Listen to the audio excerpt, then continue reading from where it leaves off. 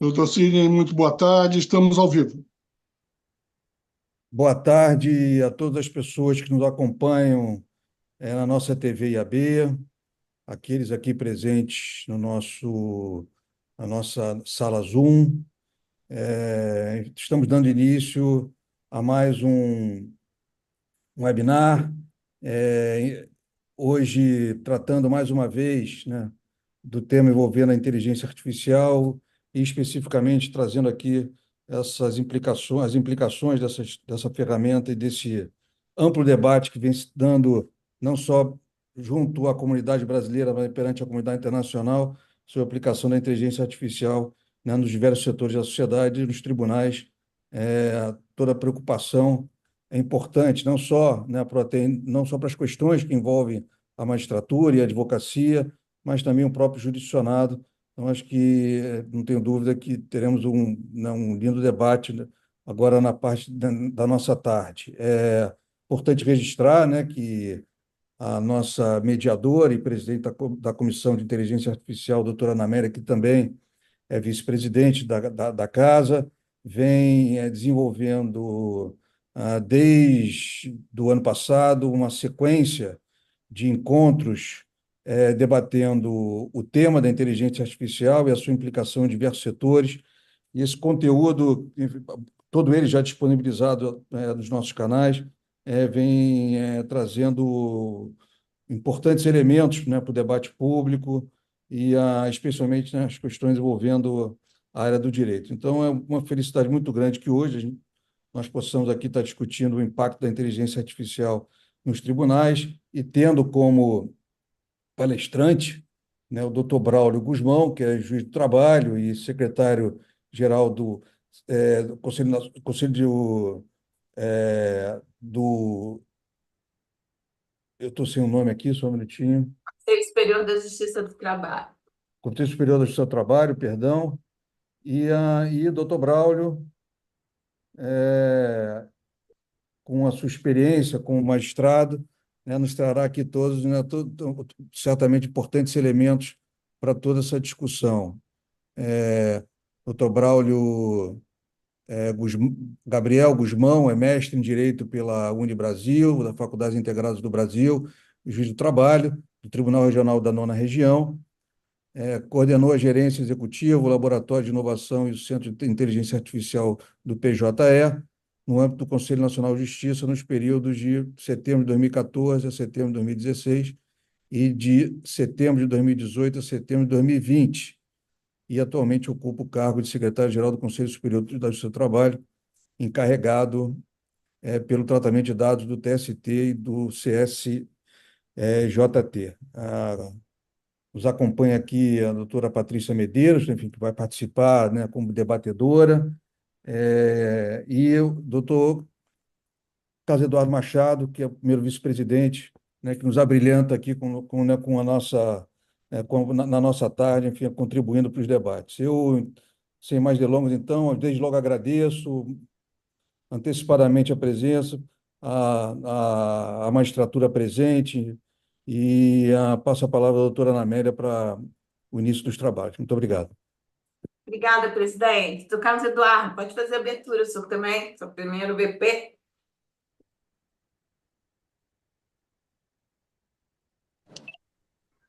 Muito obrigado, Ana Amélia, muito obrigado, nosso presidente Sidney, por me concederem a palavra. Eu estou aqui só como um espectador, um ouvinte, porque ando muito interessado nesse tema profissionalmente e por conta das associações que a gente participa, o AB e o IAB, a gente vê como fundamental o aproveitamento que irá ocorrer da inteligência artificial na, no Poder Judiciário, na prestação jurisdicional e mesmo na advocacia. Vários escritórios têm já iniciado, se socorrido da inteligência artificial na elaboração de peças e outros trabalhos. Então, eu acho que nós precisamos participar desse processo, acompanhar, e eu, apesar da idade, acompanho com muito interesse, porque acho que é um tema importantíssimo. E estou aqui, dou os parabéns à Maria Amélia, à Ana Amélia, nossa presidente da Comissão de Inteligência Artificial, presidente, e agradecer ao doutor Braulio e à doutora Patrícia pela disponibilidade em trazerem o conhecimento deles, né, o estágio dos trabalhos nas suas respectivas áreas. Eu estou aqui só como ouvinte, um prazer, um interessado no tema. Obrigado a vocês. Olá, cumprimentar os nossos ouvintes, né? Primeiro, o nosso palestrante, que eu tenho a honra de ter trabalhado conjuntamente nos trabalhos desenvolvidos pela OAB Federal junto ao CNJ. Dr. Braulio, um grande prazer tê-lo aqui. Nós vamos conversar bastante e nós temos muita coisa para perguntar para o senhor, já que o senhor está sempre na vanguarda, não é verdade? O Carlos e Sidney, eu conheci o Dr. Braulio pela internet, porque ele foi o primeiro juiz que fez uma audiência online, né, doutor Braulio? Como tem tempo isso? Não sei nem que ano que foi isso, né? Mas eu achei aquilo máximo, eu mostrava isso nas nossas aulas de PJE, quer dizer, audiência à distância, né? O senhor fez isso ouvindo uma pessoa, se eu não me engano, estava fora, estava no exterior, e foi maravilhoso, né? Ou seja, nós estamos aqui com um representante do judiciário que sempre fez uso da tecnologia para aproximar os jurisdicionados. Obrigada pela presença, pelos nossos estudantes que sempre estão prestigiando. O IAB faz questão absoluta de conceder horas de estágio, né? E eu sei que isso que tem se transformado num bom banco de horas para os estudantes, porque hoje, sabe, doutora Patrícia, doutor Braulio, a audiência sendo online, não tem mais como estagiário ir lá pedir presença. Eu não sei como é que isso tem sido feito, não. Então, banco de horas para eles aqui, alguns estudantes já me disseram que isso aqui é o máximo, né? Eu queria registrar a presença, passar a palavra para ela e em seguida já para o nosso palestrante, que é a doutora Patrícia, né? A doutora Patrícia, ela é membro da nossa comissão de inteligência artificial e também é juíza de direito, né? Do TRT1, do Rio de Janeiro. E também está, assim, trabalha com inovação. Ela coordena o laboratório de inovação do TRT1, né? Do Comitê de Inovação do TRT1, que atrelado ao CNJ. Doutora Patrícia, com a senhora e depois para o nosso palestrante. Boa tarde a todos. Bem, primeiramente, aqui é um protocolo aqui do tribunal, farei minha autodescrição ainda aqui brevemente. Sou uma mulher de meia idade, cabelos claros, uso óculos de armação escura, acho que uso brincos e maquiagem. Então, vamos lá. Bem, exatamente isso. Aqui estou na qualidade não, né, de juíza propriamente, sim, muito mais como membro dessa comissão especial do IAB, de inovação e inteligência artificial. Fiz muita questão de participar, agradeço muito a nossa presidente Ana Amélia pela acolhida, e principalmente, sim, como coordenadora, vice-coordenadora, né, do subcomitê atrelado ao CNJ, de inovação do TRT1, que é atrelado também ao laboratório de inovação aqui do TRT1, onde se hospedam, né, doutor Braulio, as nossas inteligências artificiais, né? Então, assim, vai ser um grande prazer essa troca de informações aqui com o doutor Braulio. A última oportunidade que nós tivemos foi uma palestra minha com o desembargador Xavier, Luiz Campos Xavier, que é, né, do Comitê de PJE daqui, era, né, ao menos, que trouxe a máscara de privacidade aqui no TRT1, que já está lá no DataJude e tudo mais, que é uma ferramenta híbrida, né? Inteligência artificial, automação, que é algo bem inovador aqui no nosso regional.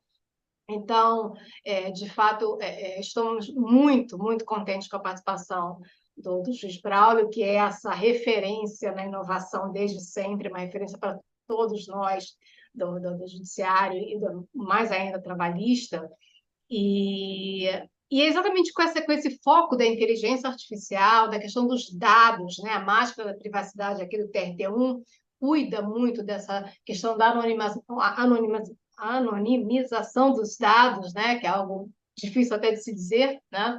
E que estamos tentando implementar. Mas vamos começar logo com as indagações. Eu estou passando a palavra para o doutor Braulio, né, da sua experiência efetiva em relação a esse implemento, essa contribuição. Porque nessa última palestra que nós participamos com a doutora Ana Amélia, um estudo que nós fizemos foi no sentido de que a inteligência artificial no Poder Judiciário, principalmente trabalhista, né, tem como maior escopo, né, dentre as que estão implementadas, ou celeridade processual ou aumento de produtividade, né? E eu já começo passando a palavra, né, com uma perquisição. Se efetivamente há, né, se há essa mensuração dessa efetiva celeridade implementada, majorada, por conta das inteligências já implementadas, pelo menos em sede de Poder Judiciário Trabalhista, enfim, se já há essa mensuração. Para a gente fazer logo, né, algo mais bate-bola, mais aquecido, menos formal, como a nossa presidente sempre prefere. Obrigado, colega Patrícia. Primeiro, eu gostaria de agradecer o convite, né, do Instituto dos Advogados Brasileiros, saudar aqui o presidente, Sidney Santos, o vice, o Carlos Eduardo, e a doutora Ana Amélia, aí, com quem há muitos anos a gente mantém contato, tem sido, e foi em vários momentos, uma grande parceira, né, na época, especialmente quando eu estive no Conselho Nacional de Justiça.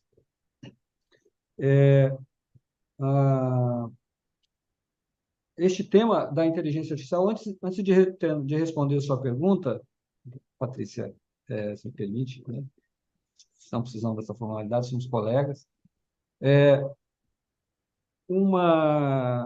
Eu acredito que daqui a pouco nós acabaremos indo para esse assunto, quando nós falamos de inteligência artificial hoje, a gente fica preso na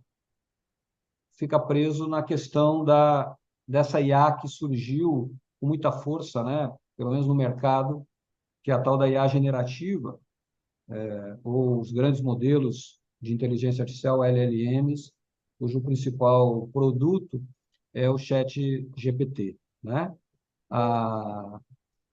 Até antes disso, no Poder Judiciário, e de um modo geral, no uso da IA, tanto nas organizações públicas e privadas, a gente tem aquilo que hoje está começando, que está se usualmente chamando de IA analítica, né? Em que eu interpreto dados, interpreto informações e trago o resultado dessa interpretação de informações e de busca de padrões. Estou sendo bem genérico nesse momento, acho que por conta da linha das perguntas. Esse novo modelo, que é a generativa, que a gente está começando a descobrir o que fazer com isso, né? E aí é um grande cuidado que temos que ter. Ele veio agora e o Judiciário ainda está batendo, né? A Ana Amélia mencionou a comissão do Conselho Nacional de Justiça, liderada pelo conselheiro Bandeira de Mello. Eu faço parte dessa comissão, uma comissão grande, em que ela está buscando propor uma melhoria, né? Uma evolução daquilo que o CNJ já regulou pela Resolução 332, que trata da governança e da produção e governança de IA no judiciário, né, brasileiro.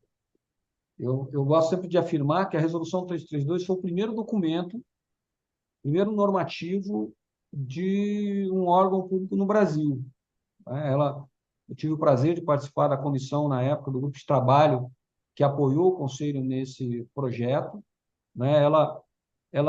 Obviamente, ela foi feita antes desse novo momento e ela precisa ser revisitada. Tudo que diz respeito à tecnologia, a gente sempre tem que revisitar. E no caso da IA, então, às vezes eu acho que a gente tem que olhar a cada 6 meses, tem que olhar de novo aquilo, porque as coisas estão mudando demais. No caso do judiciário, de um modo geral, e esses dados que nós temos são frutos da própria iniciativa da Resolução 332, que levou o CNJ a olhar, a pesquisar, a inquirir com os tribunais como eles estavam indo.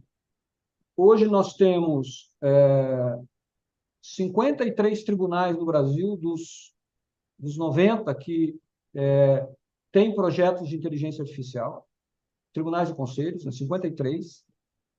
Nós temos um total de 111 projetos de inteligência artificial. Desses projetos, 63 são produtos em produção, que de alguma maneira está sendo utilizado. mas, basicamente, eles trabalham em 3 frentes, né? Eles trabalham como fonte de informação. Nós temos casos de chatbots que usam o IA para prestar informação para a sociedade, é um número bem reduzido, mas existem. Casos de classificação de documentos, porque são chamados dados não estruturados, que os documentos sejam classificados, e casos de automação de tarefas, né, rotineiras. Desses projetos, 42 deles já estão depositados na plataforma Sinapses, que nada mais é do que uma solução que tem o objetivo de armazenar os modelos de inteligência artificial e prover para os sistemas que os tribunais possuem, prover, por intermédio do que nós chamamos de APIs, o uso dessas soluções para os tribunais integrarem, né, nos mais diversos condições de chamados casos de uso, mas, basicamente, eles trabalham com isso, né? O judiciário hoje, o que nós vamos precisar olhar é para essa nova IA ou essa IA descritiva, né? Essa IA nova generativa. No caso da Justiça do Trabalho, nós temos reconhecidos pelo Conselho e analisados, né, que a gente tem funcionando, nós temos, por exemplo, o Monitor do Trabalho Decente, que está publicado na página do Conselho Superior da Justiça do Trabalho, e os tribunais também devem divulgar. Esse Monitor do Trabalho Decente é um painel que mostra como, usando modelos de IA, ele analisa as decisões proferidas pela Justiça do Trabalho, sentenças e acórdãos, que julgam casos de trabalho infantil, aprendizagem, trabalho escravo, análogo à escravidão, e assédio sexual. E essa solução, esse monitor, ele analisa essas decisões periodicamente e faz uma classificação mostrando onde estão esses casos, como os tribunais como os tribunais têm decidido a respeito, obviamente, sem ferir quando se trata de segredo de justiça, mas nos dá um painel. O grande mote dessa solução, que, mais uma vez, não usa essa IA nova, usa a IA que eu mencionei antes, é que ele se vale de algo interessante. É um trabalho feito por magistrados e servidores da Justiça do Trabalho que analisam as respostas que a IA deu e ajudou a treinar o modelo. Então, a gente primeiro identificou um grupo de decisões que foi um primeiro, que nós chamamos nessa área de dataset, né? Um conjunto de dados, nesse caso não estruturados e também estruturados, mas um conjunto de decisões que poderiam ser relacionados a esses casos. Aí, em seguida, os especialistas, usando até o próprio Sinapse, ele tem uma página para treinamento, usando os modelos, eles foram classificando as decisões. E, a partir do momento que foram classificando, a IA foi aprendendo com o trabalho deles e foi sendo aprimorada. Então, eles foram treinando o estagiário, nesse caso, né, foram treinando a IA para que ela pudesse dar as melhores respostas. A partir de um determinado nível de acurácia, foi possível publicar o painel, e o painel mostra, então, usando a inteligência artificial, apresenta para a sociedade como a Justiça do Trabalho tem decidido sobre isso. O nosso próximo avanço, nós esperamos que até o final desse semestre, ainda na gestão do ministro Lélio Bentes, que preside o TST e o Conselho Superior da Justiça do Trabalho, o ministro Lélio é uma pessoa muito atenta a essa pauta, né, que envolve a proteção, né, e o trabalho decente. Nós esperamos até o final desse semestre analisar também as petições iniciais para avisar o juiz que aquele caso merece uma atenção de destaque, porque ele faz parte da cesta do tema trabalho decente, né? Então, usando inteligência artificial junto com os especialistas, que treinam o modelo, né, a partir disso. Então, esse é um caso. Nós temos uma outra solução que se chama Gemini. Curiosamente, aí o Google lançou a solução Gemini, mas ele já tem algum tempo. O Gemini ele trabalha com uma solução de busca de similaridade entre decisões para apoiar, especialmente os gabinetes dos magistrados, para mostrar se já teve decisão semelhante àquele caso que se apresenta, por exemplo, num recurso ordinário. Esse projeto vinha caminhando devagar, ele estava ainda muito incipiente, e agora nós pretendemos acelerá-lo. Então, por isso, nós não temos dados sobre a efetiva eficácia dele. E aqui, doutora Patrícia, eu já faço um destaque que esse é um problema, ou melhor, é um ponto de atenção para todo o judiciário. Nós somos muito bons em apresentar propostas bacanas, né? Projetos legais.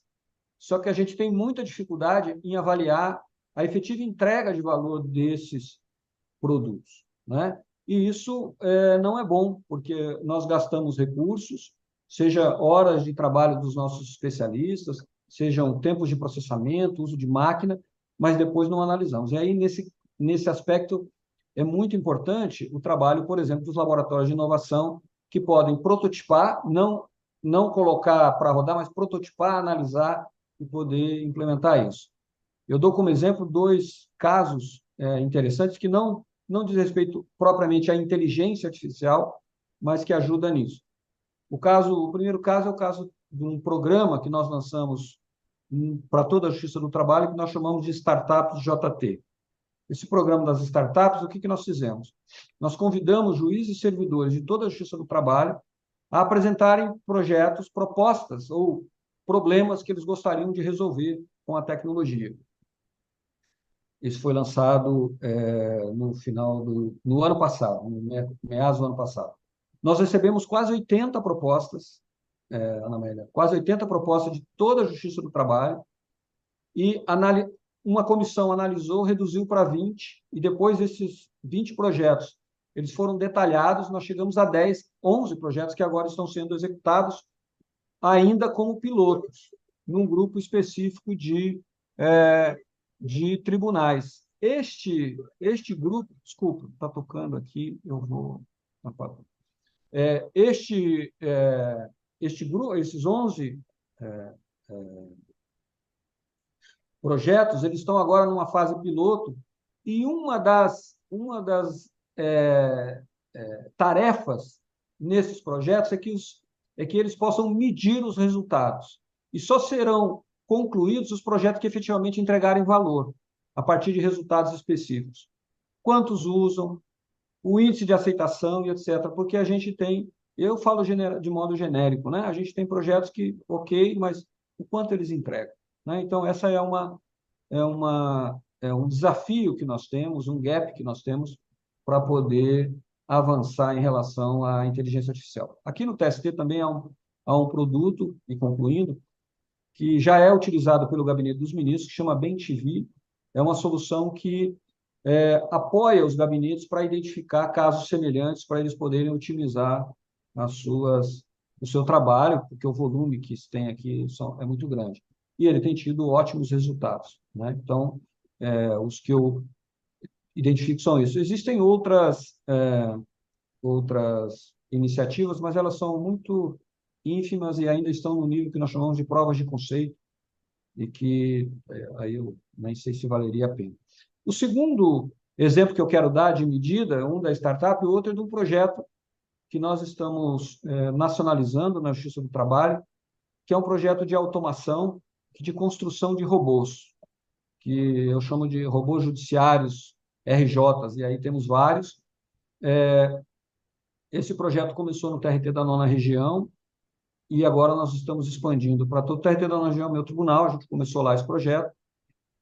E o que nós fizemos? Cada um dos robôs, ele trabalha tirando dos servidores e magistrados atividades repetitivas, aquelas atividades que são rotineiras, que não exigem tomada de decisão complexa, em que eu posso já dizer para o robô, quando for assim, faça assado, né? Rotineiras mesmo. E na implementação de cada robô, que foi feito com os próprios usuários, a gente pediu que eles medissem quanto tempo uma pessoa levava para executar aquelas tarefas.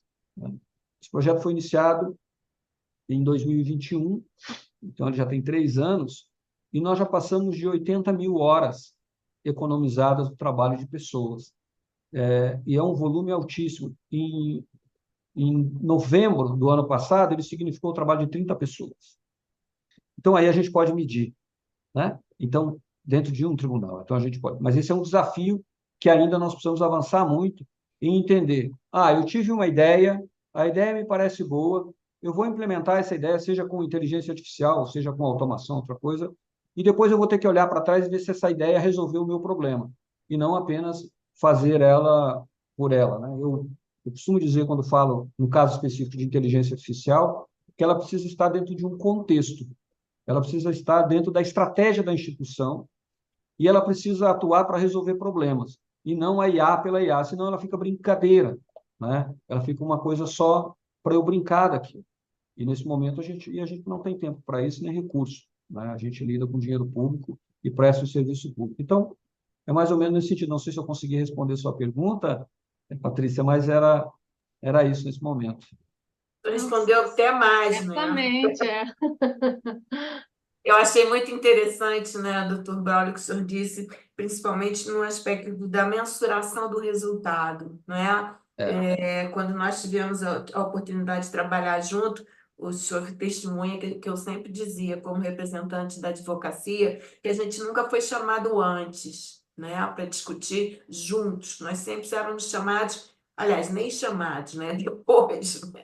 Exato. Então, quer dizer, se o jurisdicionado, a advocacia na representação do jurisdicionado, conseguir fazer o que o senhor fez, que é mensurar o resultado, né, chamar a advocacia, chamar o usuário, na verdade, do sistema para participar, é fantástico isso, né? Porque o senhor já vai ter, já se consegue saber se é útil ou não é, como o senhor falou, né? Mas, assim, o Sidney tem uma coisa interessante, que a Curitiba é uma cidade diferente, sabe? Tudo lá dá certo. Eu não sei o que acontece com a água que eles tomam, porque lá tudo dá certo. Não quer dizer que vai dar nos outros, não, mas lá dá, não é? Bem, foi muito importante, como o senhor falou, que o CNJ, o Poder Judiciário, foi o primeiro a trabalhar na regulamentação da IA. Então, aquela pergunta que eu ia lhe fazer, eu acho que, não, de qualquer forma, eu vou externar aqui. A falta de um marco legal de IA no Brasil não faz a menor falta para o CNJ, porque vocês conseguiram fazer o uso e regulamentando internamente, certo? Eu acho que assim, eu penso assim, é preciso ter esse marco legal na sociedade, né? Nós precisamos avançar nisso. Inclusive, agora, recentemente, acho que o próprio presidente da República deu uma declaração nesse sentido, em que ele desafiou os Ontem. cientistas brasileiros a apresentarem uma proposta a respeito, né? No sentido de proposição de que nós tenhamos algo no Brasil. E aqui eu destaco algo interessante, né? Os principais modelos que nós temos, quando nós utilizamos em português, ele está traduzindo algo em inglês, e isso faz muita diferença. Então, temos modelos treinados em português aqui, é uma diferença substancial, porque a nossa estrutura, o que forma o nosso pensamento, o nosso raciocínio, a estrutura de linguagem, ela é diferente. E nós precisamos pensar nisso. Existem algumas iniciativas muito interessantes. Tem uma, se não me engano, chama Maritaca, dos pesquisadores da Unicamp, que já buscam construir soluções de treinamento de modelos de LLM usando o português falado no Brasil. Mas, por exemplo, no mundo jurídico ainda a gente não tem. Temos um projeto que está em andamento com um pesquisador do TRT da Bahia, que é o Rafael, está fazendo isso, mas ainda somos incipientes e nós precisamos avançar nisso. Então, a fala dele é providencial, ela é bem engajada nesse sentido. O Brasil precisa avançar nisso. Não adianta o judiciário fazer isso se a sociedade não trabalha assim. Eu vejo isso como algo, aí hoje, como algo muito estratégico. E, embora o CNJ tenha regulado, agora é providencial revisitar o que foi regulado, porque as coisas mudaram, e elas mudaram de uma maneira muito profunda.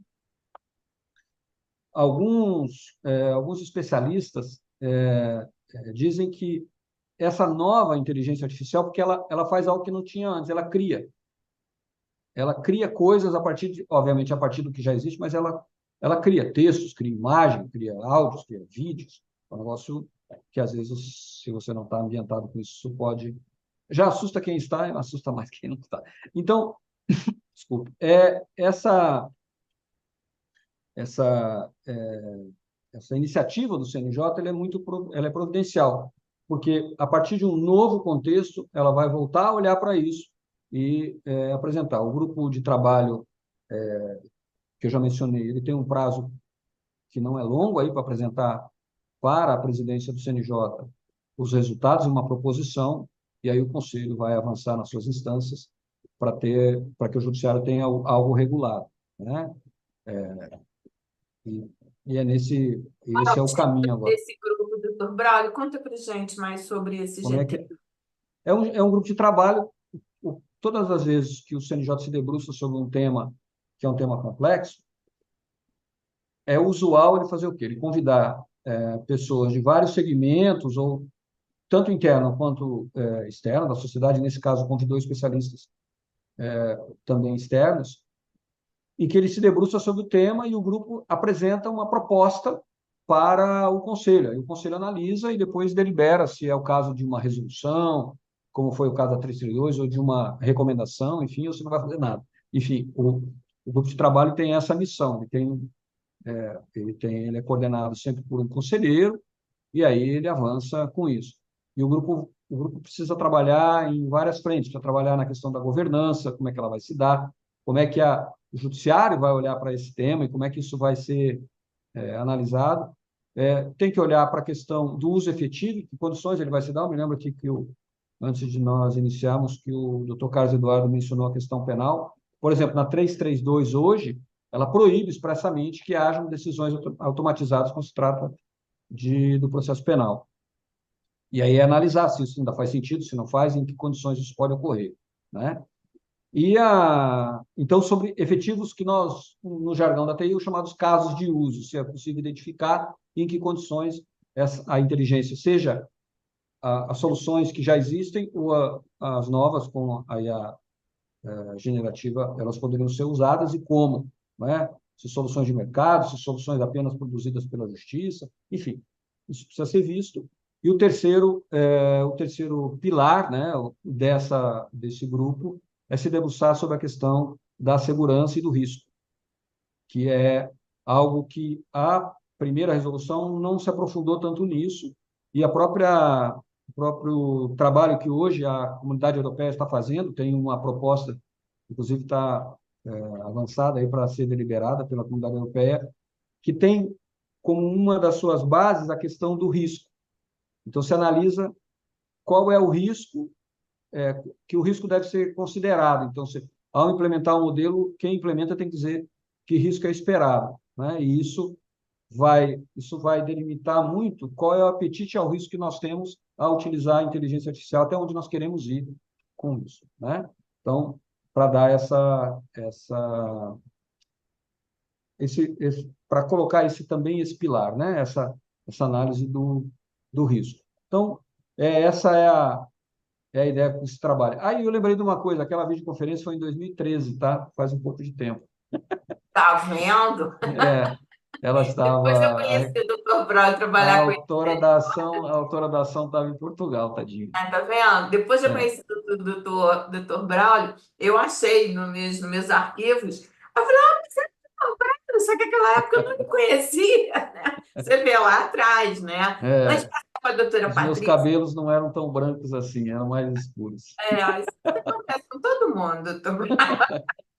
Antes de passar para a doutora Patrícia, eu queria só fazer um recorte para os nossos ouvintes no seguinte: nós fizemos um evento aqui, baseado nessa temática da IA, o olhar da academia, recebemos o professor Lênin Streck, o olhar do Poder Legislativo, e o último evento que nós realizamos, doutor Braulio, nós recebemos o assessor do senador astronauta Marcos Pontes, que fez um substitutivo ao projeto de lei apresentado pelo senador Rodrigo Pacheco, que é fruto do relatório final da Comissão de Juristas do Senado Federal. E a regulação proposta, o substitutivo proposto, ele é baseado em risco, né? Até nós brincamos que eles vão apanhar muito em relação a isso, né? Mas é uma forma também de você parar de consumir, como a importância do que o senhor falou, parar de consumir, nós deixarmos de ser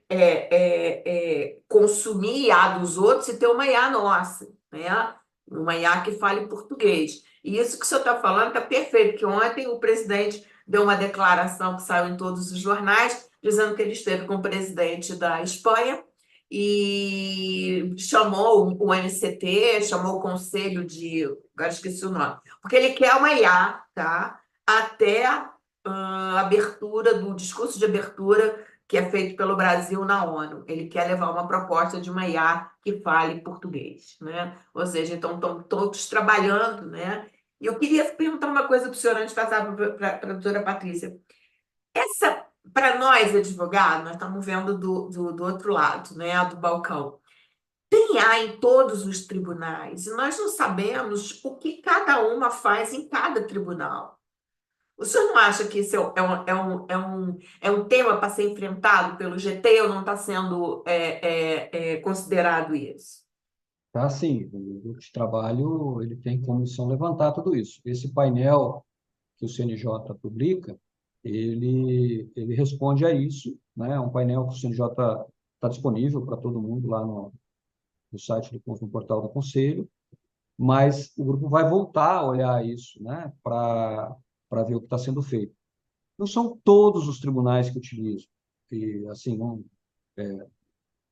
o uso hoje, nós temos muitos modelos, tem gente utilizando, mas isso não quer dizer que é uma coisa em larga escala, que as decisões que estão sendo vistas hoje são decisões todas feitas por inteligência artificial. Não é bem isso. Na Justiça do Trabalho, como eu mencionei, são esses os casos, é bem reduzido.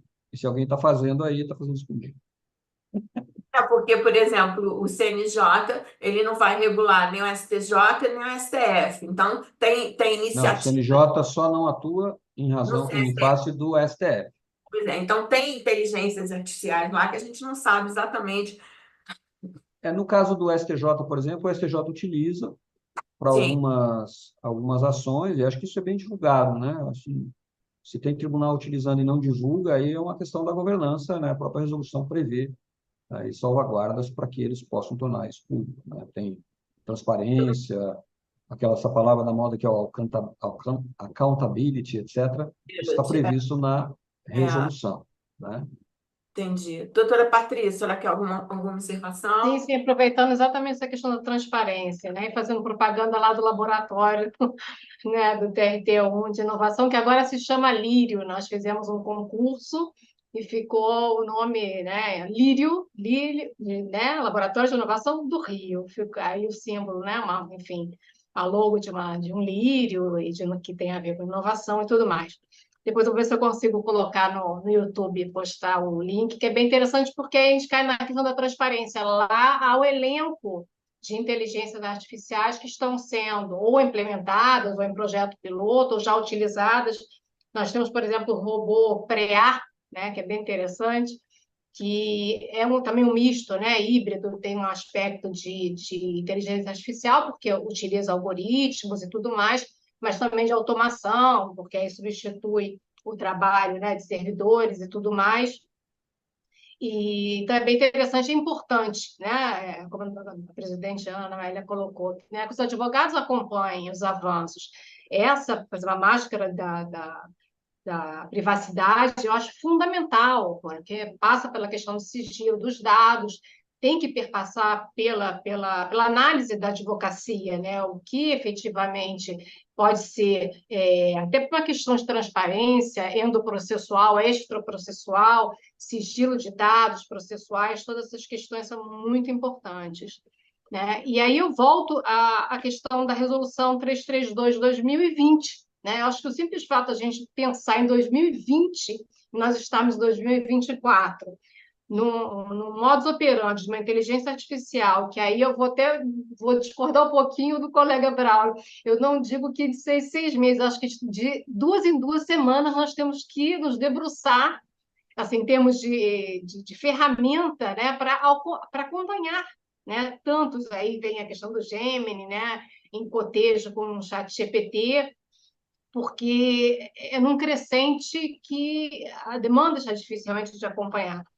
E, enfim, 2020, estamos em 2024, né? Com a OpenAI, como alguns falam, já pensando em criação efetivamente de vídeos de uma forma muito fantástica, né?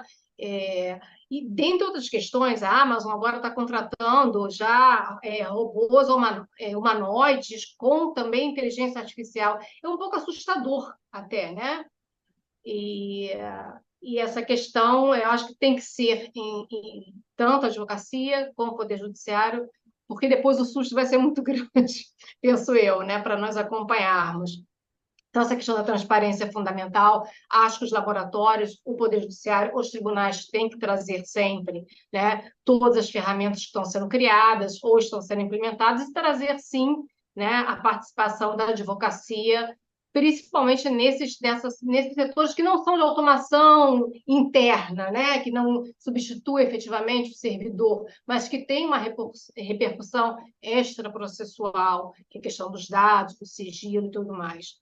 Então, eu acredito que essa resolução efetivamente tem que ser revista, de 2020, porque as balizas de transparência, de governança e de ética, né, como nós vamos, nem mais ter deepfakes, né, como nós vamos verificar o que efetivamente vem de uma inteligência artificial atualmente.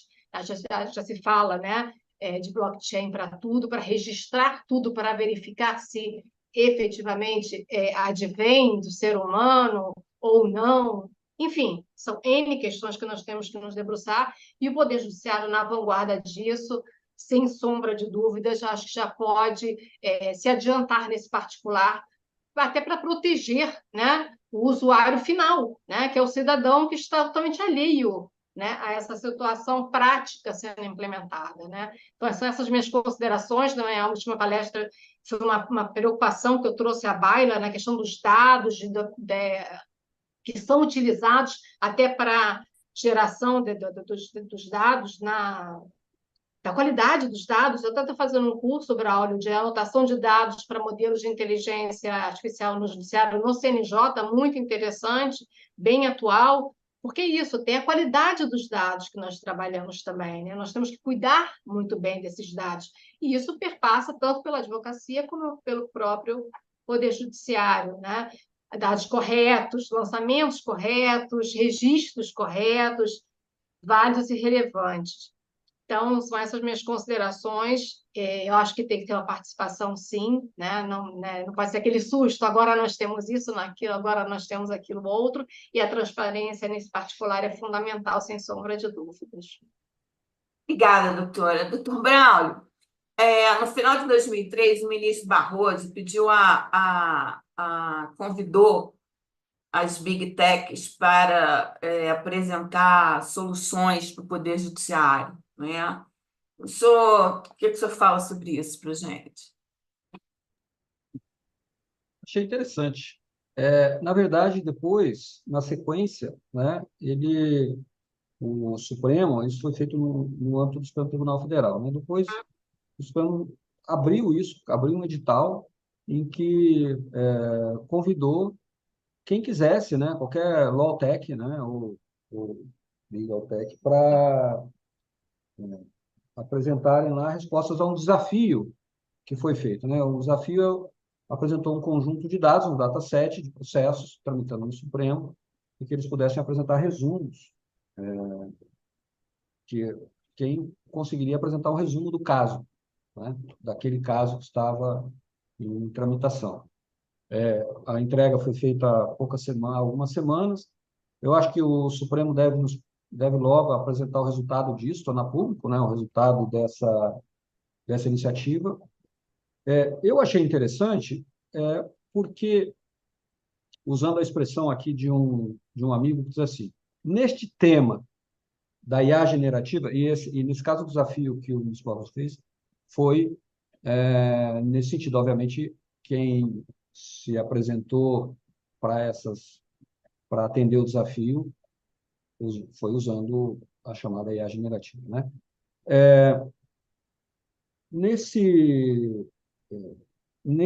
Nessa festa da IA, vamos colocar assim, nesse tema da IA generativa, nós não entramos na festa ainda, a gente está entregando a chave do carro para o manobrista, Então, a gente não sabe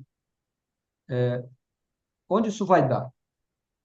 Se nós vamos ser clientes de grandes modelos de IA, né? Vamos contratar a OpenAI, vamos contratar o Google, o Gemini ou algumas outras soluções que tem aí, como a própria AWS e as grandes Big Techs, outras que têm soluções, ou se nós vamos usar modelos open source, né? Que tem modelos muito interessantes também, e que aí nós teríamos um custo diferenciado, porque não precisaríamos pagar pelo consumo daquele serviço, mas teríamos, do outro lado, o ônus de ter que botar gente para fazer isso, e o judiciário brasileiro tem uma característica interessante, que ele sempre foi o dono da tecnologia, né?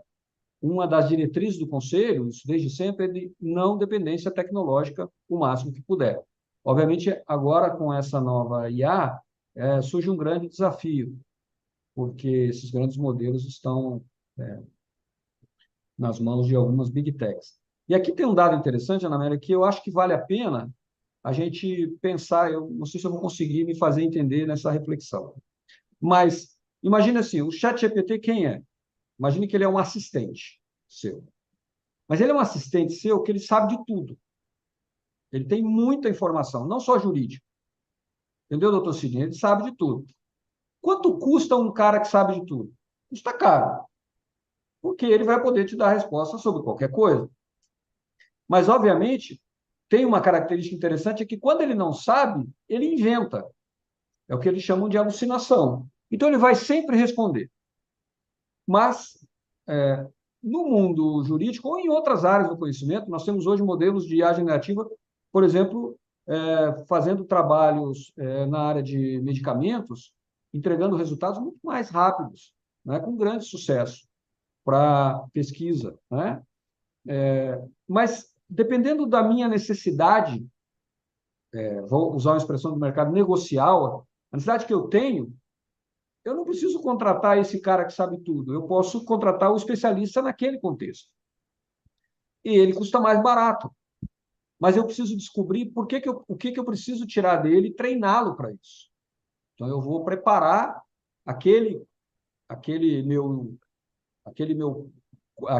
aquela solução, né? Vou preparar para que ele me responda aquilo que eu preciso. E aí isso faz assim com o meu custo, porque o outro custa muito caro. E aqui tem um detalhe interessante. Inteligência artificial, esse modelo, custa caro. Se formos para esse lado, custa caro. E há, do outro lado, o próprio mercado ainda está se adaptando sobre como vai responder a isso. Né? É bacana o que a gente está vendo, mas esse bacana que nós estamos vendo é só a ponta do iceberg, porque a gente não sabe ainda até onde isso vai nos levar. Hoje, por exemplo, a empresa que mais se valorizou nos últimos meses é a empresa que produz as chamadas placas GPU, que são soluções que são placas de processamento altíssimo para treinar ou para dar resposta desses modelos. Né? Então, nós corremos o risco de ter uma escassez disso. Então, existe aí uma equação que nós precisamos trazer. Nós precisamos de um grande especialista, nós precisamos de alguém que saiba de tudo, ou nós precisamos de um modelo específico para aquele caso, para aquele tema específico. Então, é muito válido experimentar, mas temos que ter muito cuidado quando a gente colocar isso para rodar de verdade, porque nós podemos estar criando um grande problema para as nossas instituições, levando uma expectativa que depois nós não vamos conseguir dar conta dela. Né? É o exemplo que eu dou de um conhecido meu que trabalhava numa grande empresa e ele entrou num PDV e se aposentou. E quando ele... Eu estou floreando um pouco para não identificar, mas assim, o fundo é verdade.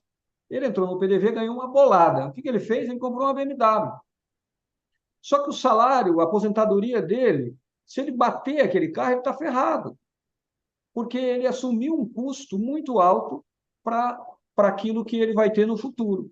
Então, a gente tem que tomar muito cuidado com as opções que fazemos, especialmente no serviço público, né? Quando a gente toma essas decisões.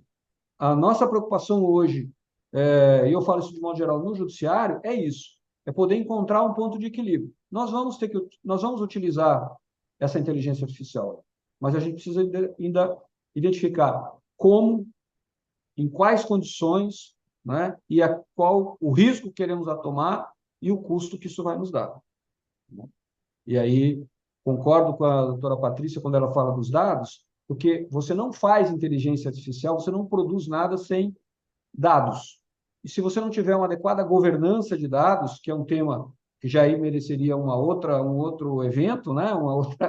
Se você não trabalhar com a governança de dados, deixar isso muito claro, você não tem inteligência artificial. Esse é um passo inicial, né? Você precisa ter uma matéria-prima boa, preparada, adequada, higienizada, saneada, para depois investir na inteligência artificial. Então, é mais ou menos isso. Acho que falei muito, andei, fui para lá e para cá, espero ter sido Isso foi ótimo. claro.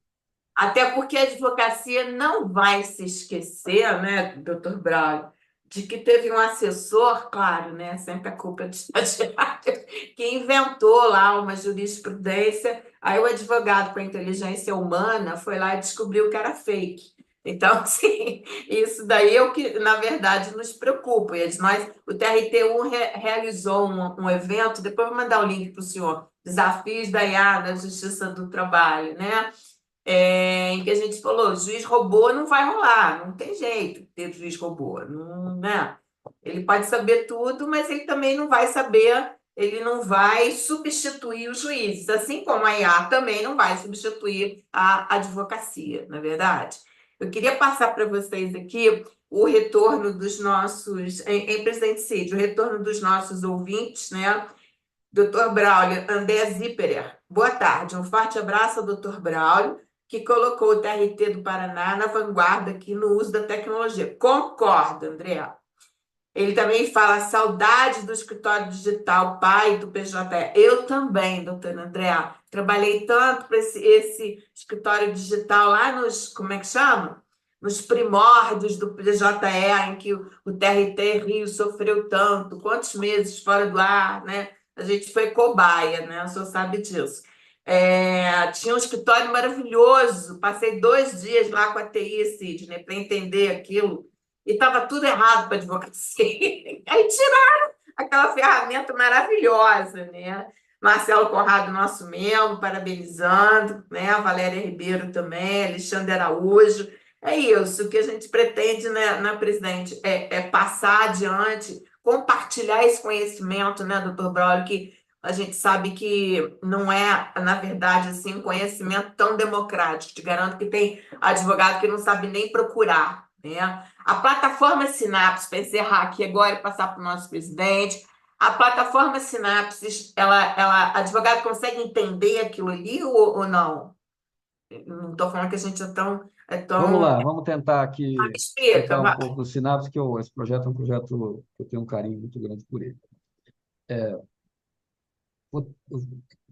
Obviamente que as pessoas que estão assistindo, né, elas provavelmente têm vários níveis de conhecimento da Sim. tecnologia. Então, eu vou me permitir aqui explicar para os não iniciados. Acho que Obrigada. isso ajuda, né?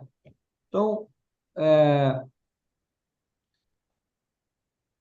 quando a gente olha um software que tem inteligência artificial nele, ele não é só inteligência artificial, ele faz uma série de coisas e lá ele tem algumas das atividades dele que usa inteligência artificial para determinadas tarefas, né? Eu dou uma informação, ele me devolve uma resposta e ele fez isso por inteligência artificial. Então, é muito comum os softwares terem algumas coisas com IA e outras coisas não, né? Então, hoje está muito comum. Tem um software chamado Notion, que as pessoas usam para organizar a sua vida, né? Se escreve Notion. Não estou fazendo aqui merchandising nenhum, estou mencionando. Em que eu posso usar esse software para fazer uma série de coisas, mas ele também tem lá uma IA e que eu digo para ele assim, resume isso aqui para mim. Aí ele põe um texto lá resumido. Então, ele está usando para algumas coisas um modelo de inteligência artificial, uma inteligência artificial, né? Ou casos, por exemplo, que eu mencionei lá do TST, o Bentivier, ele diz assim, classifica para mim os casos X, Y, Z, ele classifica. Mas o software é muito mais do que isso, ele tem distribuição de tarefas em gabinete, ele faz uma série de outras coisas que não usam IA. Tá? Então, quando eu falo de um software, eu tenho nele várias coisas e também tenho nele um código que usa inteligência artificial. Agora, se eu fizer uma abstração, se eu pegar esse código, esse pedacinho dele, onde eu envio uma pergunta, ele me devolve uma resposta, esse pedacinho, que é um modelo de inteligência artificial, que é um algoritmo que faz alguma coisa usando técnicas de inteligência artificial, ele, naquele momento, ele só serve para aquele software. Mas concordamos que as necessidades são semelhantes em vários TRTs, em vários tribunais, não só no TRT. Então, se elas são importantes em vários, o que eu posso fazer? Eu posso, com a tecnologia hoje, retirar esse pedacinho, colocar ele isolado, e o meu software só pergunta e recebe uma resposta. Então, eu não preciso que ele fique dentro do software encapsulado, ele fica como um serviço. É o que podemos chamar de uma inteligência artificial como serviço, em que ela está fora, eu mando uma pergunta, ela me devolve. E essa técnica disso, para eu poder olhar esse modelo, o que seria interessante? Seria interessante saber quem usa, quanto usa, se ele está acertando, se ele está errando. Então, eu posso fazer auditoria, eu posso ter controle de uso, enfim, eu posso ter uma série de medidas que me permitem fazer uma adequada governança disso. Então, o que é o Synapse? O Synapse é uma plataforma onde eu coloco esses modelos, que eu tenho uma IA como serviço para o judiciário brasileiro. Eu vou dar um exemplo assim bem simples. Lá no Synapse tem um modelo de IA que foi desenvolvido por um tribunal. O que ele faz? Ele analisa a decisão do juiz, o despacho, a decisão, e ele verifica que coerência que aquela decisão tem com um dos movimentos da tabela processual, que é prevista também em resolução do CNJ. Para quê? Para que o movimento seja lançado adequadamente na consulta processual. Né? Despacho que fez isso, fez aquilo e tal do juiz. E isso é um trabalho que o servidor tem que fazer, ou o juiz vai assinar o despacho e diz lá qual é o movimento processual adequado. Esse modelinho, ele faz o quê? A partir do texto do despacho, eu consulto o Synapse, onde está esse modelo, e ele devolve a resposta. Ó, o movimento provável é esse aqui. Se ele tivesse dentro de um sistema de um tribunal, teria um esforço enorme para que outros se utilizassem. No Synapse, não, ele está lá, ele é um serviço, e ele pode responder. Todos os modelos de inteligência artificial, são mais de 50, que estão disponíveis no Synapse, estão à disposição de qualquer tribunal no Brasil. É o que nós chamamos de inteligência artificial como serviço. Não tem ainda, porque isso é anterior, a IA generativa. E mesmo a IA generativa hoje ela é pouco utilizada. Ainda estamos entregando a chave para o manobrista. Mas essas outras, elas já têm muito serviço. Então, o Synapse é essa plataforma em que os desenvolvedores, aqueles que fazem, nós temos muita gente no judiciário que entende de inteligência artificial, que pesquisa isso, eles podem colocar lá, e outros que não entendem, mas sabem fazer essa conexão, vão lá e desenvolvem o link, né? Pluga na tomada. Ó, pergunta lá para aquele modelo e me responde. É assim, esse é o Synapse, uma plataforma, e aí com ele nós podemos auditar, podemos treinar, podemos entender e saber como está sendo utilizado. Nossa, que maravilha. Eu tenho que dar conhecimento ainda aqui antes de passar a palavra para o encerramento, né? Doutor Alexandre Matos, que é membro da nossa comissão, né? Dando parabéns pela aula e pelos conhecimentos apresentados, né? Doutor Braulio, né? Doutora Valéria, dizendo a automação de processos e uso da ferramenta de machine learning, né? Doutor Próspero Albanese, de São Paulo, parabenizando o evento, exposições bastante densas e didáticas acerca de uma matéria tão relevante, né? E José Paulo Dias, que queria falar, para a gente falar, eu falei para ele que a gente vai fazer um outro evento disso, de privacidade e segurança da informação. Isso é outro evento, né, doutor Braulio, porque é muita coisa para falar sobre isso, né? Agora, doutor Braulio, a palavrinha já está chegando no nosso horário, foi o horário que nós combinamos, né? Palavrinha mágica, obrigado pela sua disponibilidade, sempre de colaborar com a difusão do conhecimento numa área tão ruim para a advocacia, né? A gente não é, na verdade, a grande maioria da advocacia é analógica, né? Então, na verdade, você tem que traduzir, apertar a tecla SAP, né? para fazer entender, como o senhor foi bem didático sobre tudo isso, né? Sidney, eu vou passar para a doutora Patrícia para encerrar, e o senhor encerra a nossa, agradecendo a honra da sua presença para os nossos eventos, viu, presidente? Patrícia. Obrigada, presidente.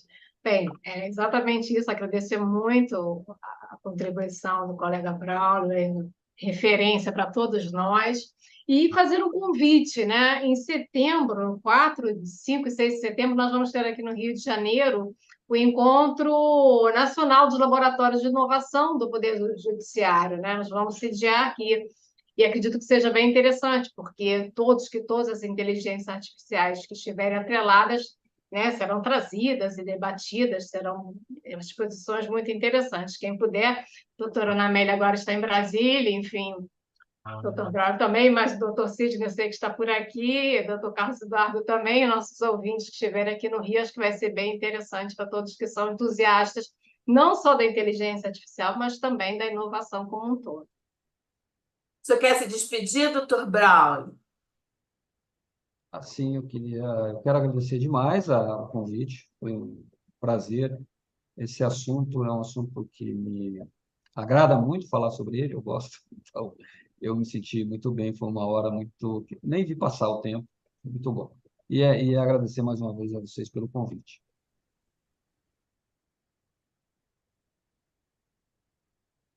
Presidente Sidney.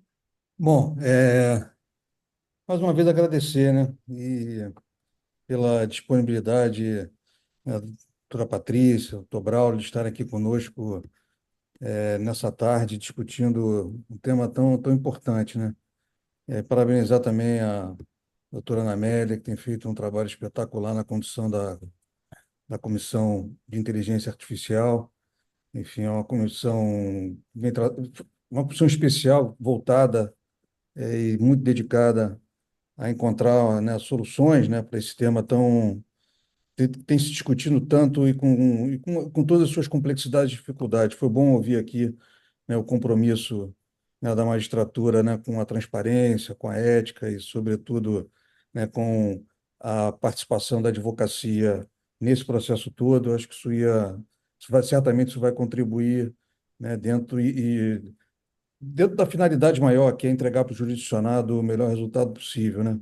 A preocupação, né, com a qualidade dos dados, enfim, como foi falado, né, pela doutora Patrícia, é fundamental, porque o próprio judiciário ter a segurança de que impulsiona a demanda com qualidade, é importante, né, que as suas informações estejam devidamente, né, alocadas, né, enfim, armazenadas, para evitar, né, todo o desdobramento, toda a preocupação, toda a insegurança, enfim, das ferramentas de inteligência artificial. Esse diálogo com a advocacia, ele é muito importante justamente para a gente também não criar, a médio prazo, né, uma diferença, né, no âmbito da própria advocacia, daqueles que têm ferramentas e conhecimento para acessar, né, a inteligência artificial e participar do processo jurisdicional, e aqueles que não têm, enfim, que tem que acompanhar essa demanda para que não sejam alijados, né, da própria profissão.